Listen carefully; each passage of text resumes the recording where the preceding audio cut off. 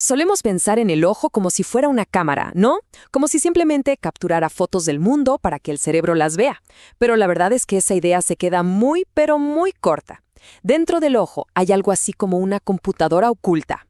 Un procesador potentísimo que edita la realidad antes de que la señal siquiera llegue a nuestro cerebro. Y claro, esto nos lleva a una pregunta fundamental. ¿Lo que vemos es la realidad tal cual es? La respuesta, y aquí es donde la cosa se pone buena, es un no rotundo. Nuestro sistema visual no es una grabadora pasiva, es un intérprete, un artista que crea activamente lo que vemos. A ver, miremos esta imagen. Aunque parezca mentira, los dos recuadros que están marcados son exactamente del mismo tono de gris. En serio, no es un truco de la pantalla. Lo que pasa es que nuestro sistema visual interpreta que el cuadro de la derecha está en una sombra. Entonces, de forma automática, lo aclara en nuestra percepción. Es una prueba increíble de que la retina no solo registra la luz, calcula, interpreta el contexto. Bueno, vamos a meternos de lleno en esto. Seguiremos el viaje de una partícula de luz, un fotón, para entender cómo el ojo logra esta hazaña. Primero, conoceremos el hardware de esa computadora oculta. Luego, veremos cómo la luz se convierte en una señal eléctrica. Después, cómo la retina evita la realidad para resaltar bordes y movimiento. También, cómo se adapta a rangos de luz increíbles. Y, finalmente, de dónde salen los colores. Listo. Empecemos por el principio. Hablemos de esa computadora oculta en el ojo. Vamos a conocer el hardware que arranca todo el proceso de la visión. Una capa de neuronas súper delgada en el fondo del ojo llamada retina. Imaginen una especie de línea de ensamblaje. La información viaja por un circuito muy bien organizado. Primero la luz llega y ¡zas!, la atrapan unas células llamadas fotorreceptores. De ahí, la señal pasa a las células bipolares, que son el siguiente eslabón. Finalmente, las células ganglionares recogen todo, y sus cables, llamados axones, se juntan y forman el nervio óptico. Por los costados, otras células, las horizontales y amacrinas, están conectando todo y haciendo el primer procesamiento. Y aquí viene algo clave. Tenemos dos tipos de detectores de luz, como dos equipos de especialistas. Están los bastones, que son para ver de noche. Son tan, pero tan sensibles, que pueden detectar un solo fotón de luz, uno solo. Y luego están los conos, que son para la visión de día y para ver los colores. Tenemos muchísimos más bastones, como 100 millones, pero están en los bordes de la retina. Justamente por eso, los astrónomos tienen un truco. Para ver una estrella muy débil, miran un poquito al costado. Así, la luz de la estrella cae sobre los bastones. Ok, ya conocemos a los jugadores. Ahora viene la parte que es, bueno, casi magia. El proceso de cómo un simple fotón, que es pura luz, se traduce al lenguaje que el cerebro puede entender, un impulso nervioso. Este proceso se llama fototransducción.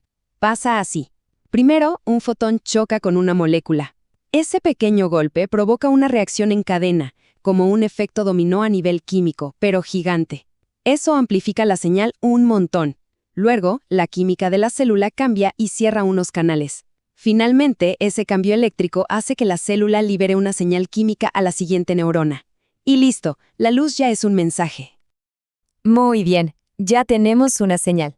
Pero, ¿qué hace la retina con ella? Aquí es donde la cosa se pone realmente interesante.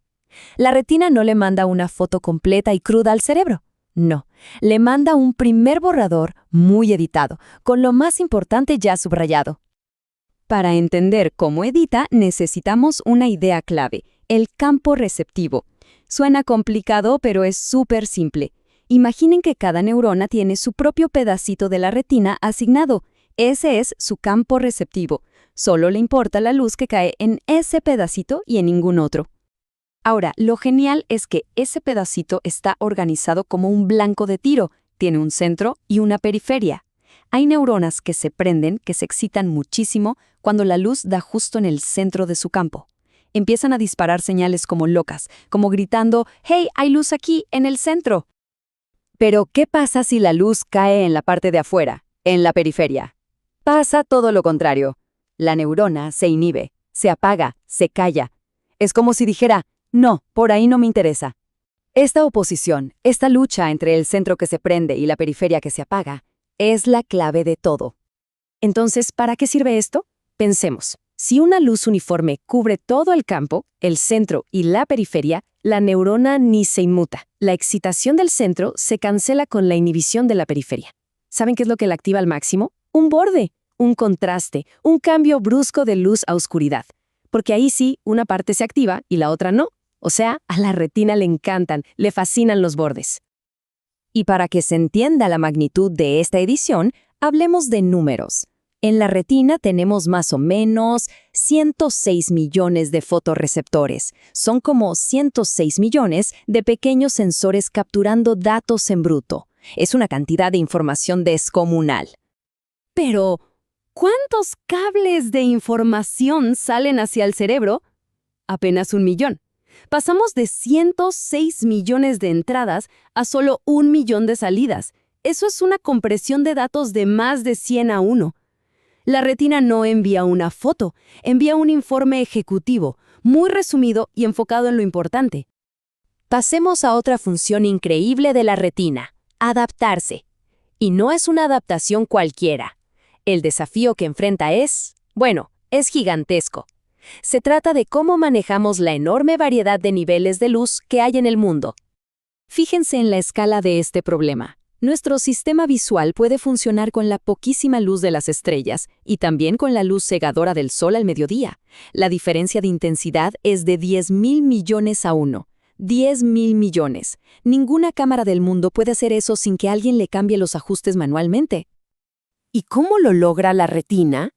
Bueno, tiene una especie de control de volumen o de ganancia automático. Lo que hace es ajustar su propia sensibilidad todo el tiempo. Básicamente, ignora el nivel de luz general y se concentra en lo que de verdad importa: las diferencias, los contrastes entre los objetos. Por eso podemos ver tanto en una noche de luna como a pleno sol. Y llegamos a la última parte, pero no por eso menos asombrosa: el color. Vamos a ver cómo los circuitos de la retina sientan las bases para que podamos percibir todos los tonos que vemos. Todo empieza, como ya dijimos, con los conos. Y hay 3 tipos. Unos son más sensibles a la luz de onda larga que asociamos con el rojo. Otros a la de onda media, o sea, el verde.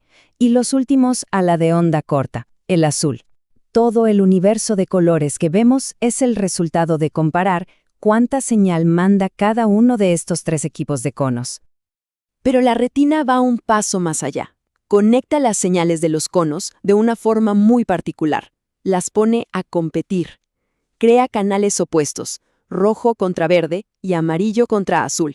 O sea, una misma célula se puede activar con el rojo, pero el verde la inhibe, la apaga.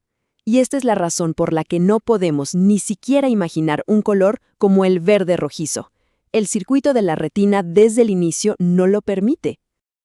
Hay una frase de un libro clave de neurociencia que lo resume todo a la perfección. Dice que la retina transforma los patrones de luz en señales neuronales, descarta gran parte de la información del estímulo y extrae ciertas características de bajo nivel.